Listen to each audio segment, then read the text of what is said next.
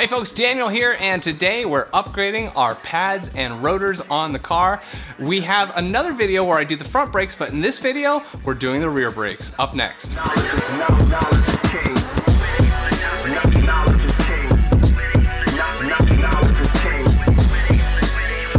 The rear brakes on my Cadillac CTS VSport are pretty common among a lot of cars out there. In fact, a lot of cars have the similar brakes on the front wheels as well. These are single piston floating caliper design. They're pretty basic, and I've seen them on almost every car I've owned.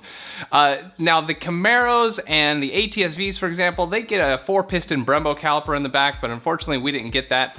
But for this video, I'm going to be upgrading my pads and putting new slotted rotors on the rear of my car. Now, I would love to tell you more about why you need to change your brakes and when, and how to choose pads and rotors, but I actually covered all that in my other video where I discussed replacing the front brakes. And I'm going to give you the same discussion here, but if you've already heard it, just go ahead and skip to this time. Now, how do you know it's time to change your brakes? Well, obviously if it starts squealing, there's a little metal squealer that's designed to start touching the rotor and squealing when you step on the brakes, and this is to warn you that it's time to change your brake pads. You can also look and see how much pad material you have. Also, the rotors might give you a heads up that they're going bad. Maybe they're warped and you get pulsating in the brake pedal. Or maybe you've got hot spots or cracks on the rotor or grooves. These are all things that you might want to look at and consider changing these parts out.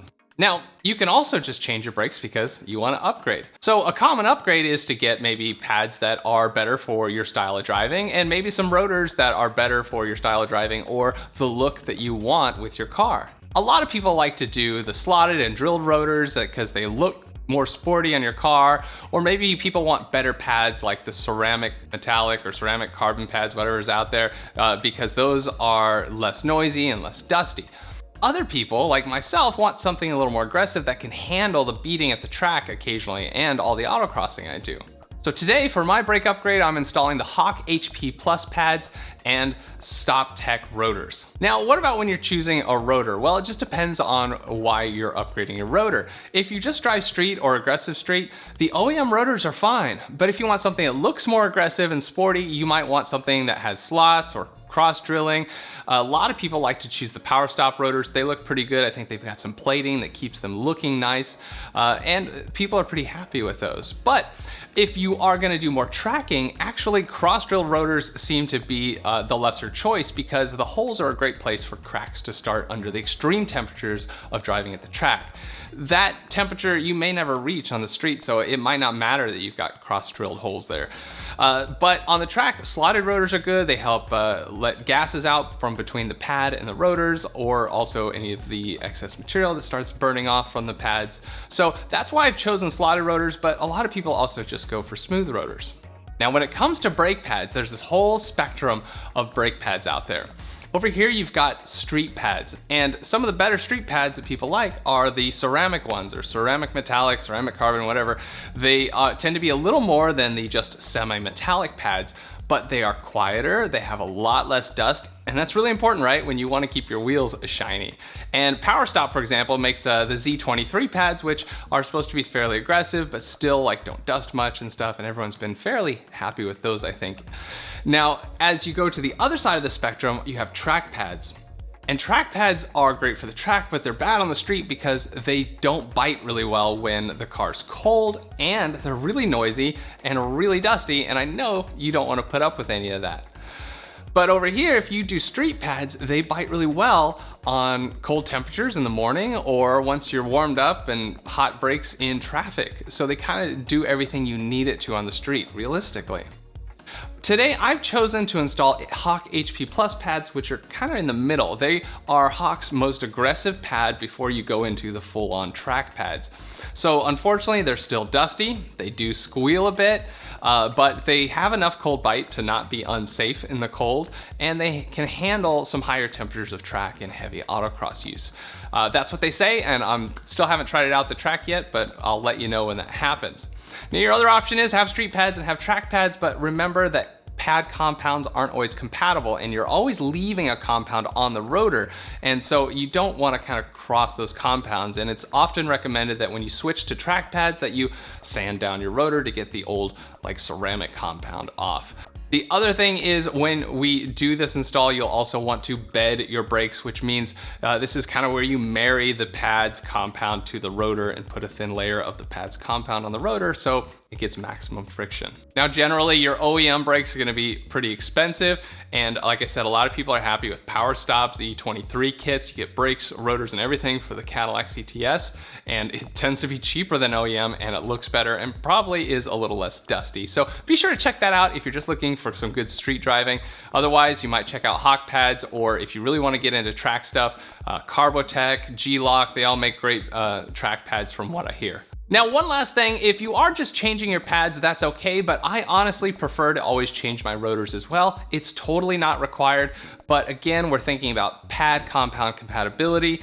You can always take your rotors to a shop, or some auto parts store will turn the rotors, where they basically machine off the top layer of the rotors so you can have a nice fresh start. And you can do that once or twice on a rotor, but eventually it becomes too thin and you just need to replace the rotors anyway. Either way, rotors aren't always expensive unless you've got a really high performance car, so I don't really mind putting on new rotors every time. But it's totally up to you. Swapping out just the pads is acceptable as well, as long as your rotor is in good condition. All right, I think I've talked enough about when, why, and how. Let's get to that front brake procedure right now. All right, here's a quick overview of the upgrade. We'll need to remove the caliper first.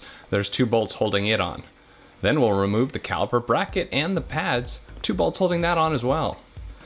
We'll compress the caliper piston, also remove the rotor from the hub, clean everything up, then replace the rotor, replace the caliper bracket, install the pads with grease, and reinstall the caliper. Torque down all your bolts and you're done. Now that's just the overview. There are some important details, so stick around.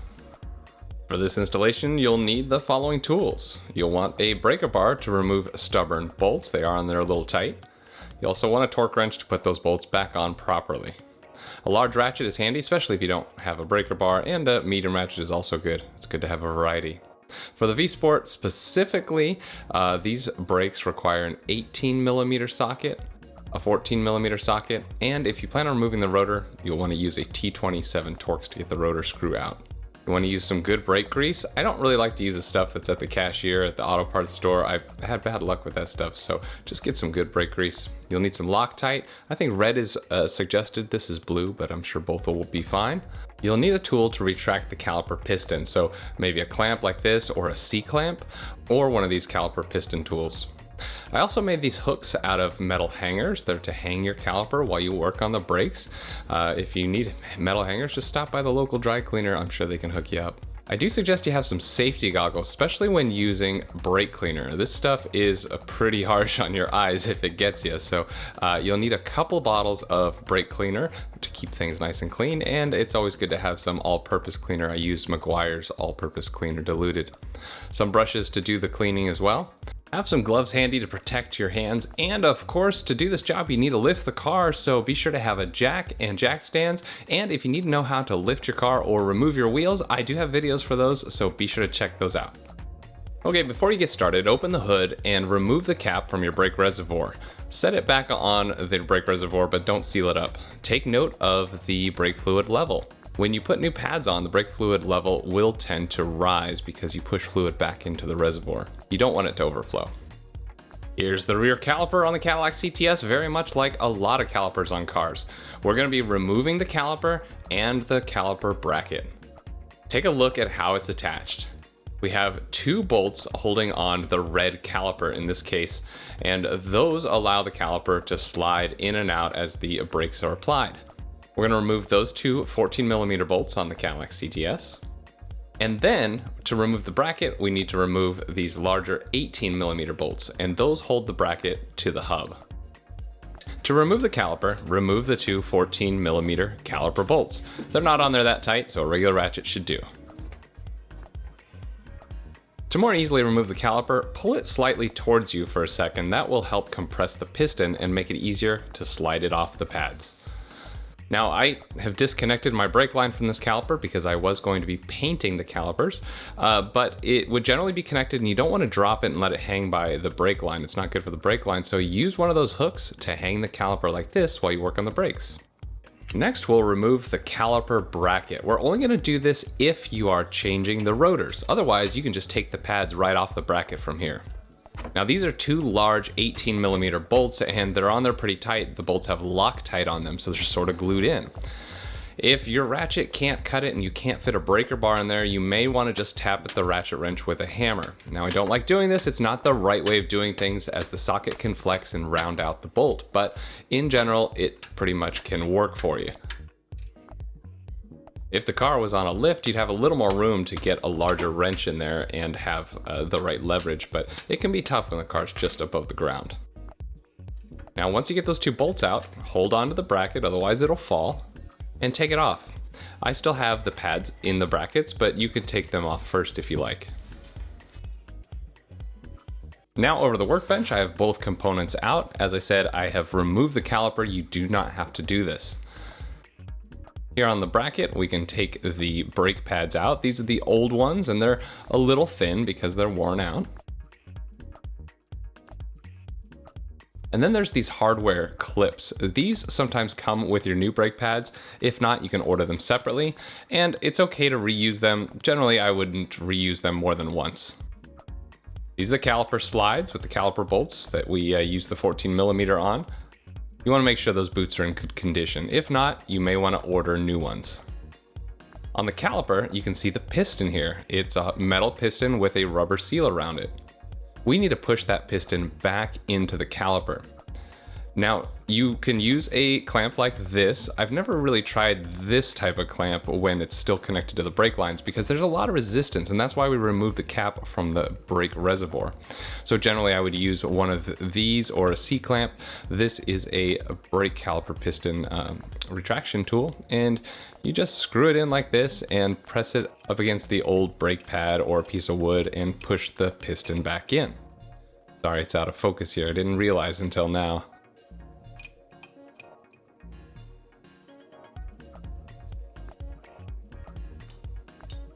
So you'd generally be doing this under the car's wheel well because the caliper is still attached to the car.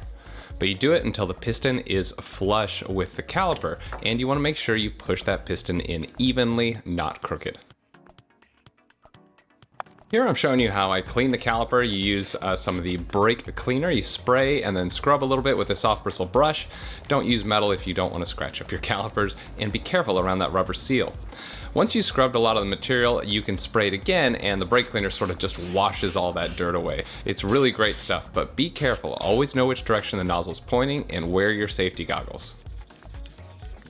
Now, if you're upgrading the rotor, you'll need to remove that. A lot of rotors are held in by one of these retaining bolts. It's a T27 Torx on the CTS. Your car may or may not have one. They're not really required. The wheel generally holds the rotor in place. Now, if you can't pull the rotor right off just like I did, you may need to tap at it gently with a hammer, especially near the center portion, to break that rust seal away. Beneath the rotor, you'll find the parking brake. These are parking brake pads, and they expand against the inside of the rotor hat to set your parking brake. This is the dust shield, and if you're ever going to upgrade to the Camaro style brakes, you'll need to trim that dust shield. But let's go ahead and clean things up. Be careful not to get brake cleaner on the parking brake assembly if you can. You don't have to clean your brake components, but if you don't, you're more likely to get noises. So it's always good to clean things up while you have the opportunity. I'm actually going to go ahead and clean up the entire suspension area here using some all-purpose cleaner and some brushes and make it look really nice. All right, once that area is clean to your level of OCD, it's time to move on. Now, the hub is where the rotor touches, and you'll want that hub nice and clean, otherwise it can cause pulsation. I'm using CarPro Iron X, and it helps really remove iron and metal particles from things. Once everything's cleaned up, it's time to install your new upgraded rotors. I'm using StopTech slotted rotors. Make sure you line up the retaining bolt hole and slide the rotor back into place. Use your T27 Torx to put the retainer back in. And you torque it down to about 89 inch-pounds. Basically just gently snug it in. Next, clean your caliper bracket bolts, get that old Loctite off the best you can, and then add new Loctite. Only need to apply it to about 1/3 of the length of the threads.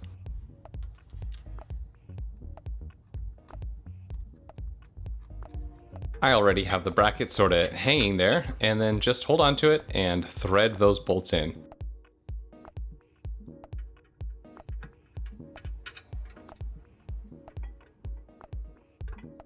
Grab a ratchet and tighten those bolts, then later I'll show you how to torque those down.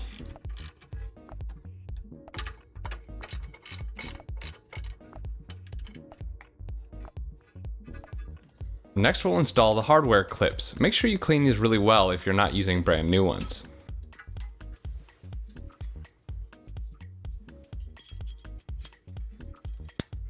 Once those are installed, we can install our new pads. You want to grease each pad all along the contact points, and the contact points for these type of pads will be out here on the ends, and I also like to put a thin layer on the back side. Try not to get any grease on the actual pad surface itself, and if you do, make sure you clean it really well. Using this grease will make sure that the pads are nice and quiet on your car. Once you get them greased, go ahead and turn them so they're oriented like the caliper. Let the curve follow the caliper, and then put them into their spots with the clips inside the bracket.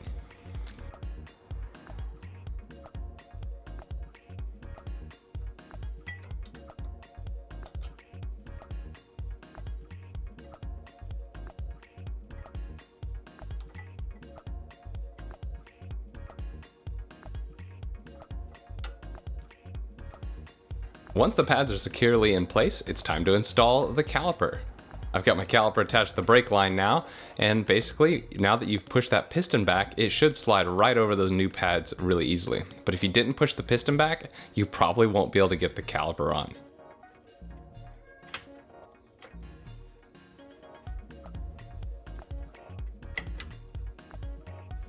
Once the caliper is in place, line it up with the caliper bolt holes and put the bolts back in.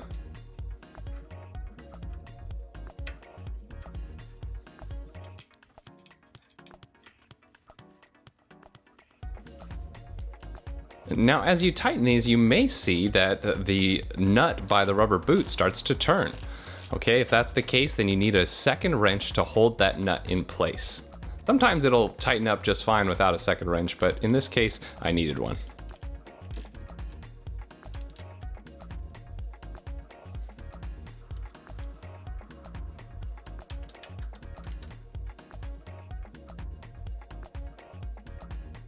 The caliper bolts are to be torqued down to 27 foot-pounds. Sorry, I didn't film the torquing of these bolts. Now feel free to wipe away any excess grease in this area. It's not doing you any good. Okay, we're almost done. The last thing is to fully torque down those caliper bracket bolts. Now, you could have done this earlier. It's okay to do that, but I'm just showing you now. These are gonna go to 74 foot-pounds plus 25 degrees of rotation. This can be tough when the car is low to the ground on jack stands. If I was on a lift, it would be a lot easier. Or if you crawl under the car, you might be able to get enough leverage. But on the bottom bolt, I just couldn't get my torque wrench in there properly, and so I just really pulled on it hard with the ratchet that I had. Okay, back to the brake fluid reservoir. If the fluid's gone up too high, you may need to use a syringe to pull it out, and otherwise just make sure it's the right level and close the cap. Now you can enjoy those new rear rotors and pads on your CTS VSport. Now, before you go for a drive, it's really important that you first make sure the brakes work. Put the car in reverse gently after you've pumped up the brakes, because they're gonna be squishy at first. So pump them up and then put the car in reverse and just test those brakes out. Make sure everything's working, listen for certain sounds, and then take them for a little test drive. Then you need to go through the pad bedding procedure. Now that's going to vary between manufacturers, so if you got some information from the internet or a slip with your brakes, be sure to follow that. But in general, what it says is you're going to go out, you're going to speed up to 30 or 40 or 60 miles an hour, and then you're going to do a hard stop, not quite activating the ABS, but a hard stop to only 5 to 10 miles an hour, not coming to a complete stop. After that, you accelerate and you do it again. Some say 3 times, but others have recommended at least 7 or 8 times. It's best if you can start to smell that new brake burning in smell.